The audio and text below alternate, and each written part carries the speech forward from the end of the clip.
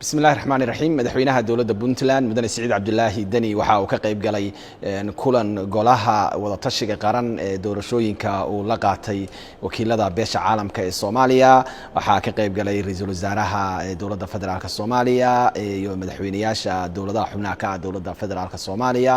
iyo wakiilada beesha caalamka ee Soomaaliya intooda ku sugan Muqdisho kulanka waxaa looga hadlay in goluhu uu la wadaagay beesha caalamka halka ay wax marayaan ilaa iyo haatan waxyaabaha ka qabsoomay doorashooyinkii oo aqalka sare la qabtay meelaha qaar la dhameystiray kuwana ay meel dhexe marayaan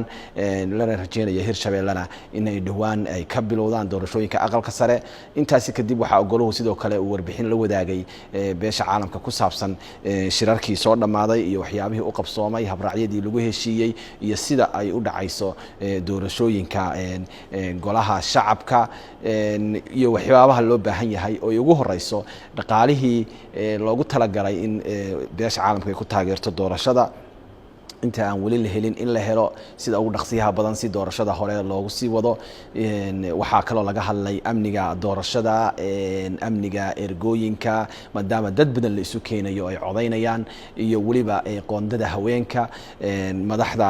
golaha wada tashiga qaran waxay la wadaageen wakiilada beesha caalamka in si wanaagsan loo ilaaliyo ilaa iyo haatan qoondada haweenka arrimaha amniga doorashada iyo arrimaha guud ahaan amniga dalka iyo amniga ergooyinkana loo baahan in doorkooda ay ka qaataan inta badanna waxyaabaha ugu badan waxa ku bixi doona dhaqaale sida ka shaqeynta in ergooyinka doorashooyinka la geeyo meelo kala duwan magaalooyin kala duwan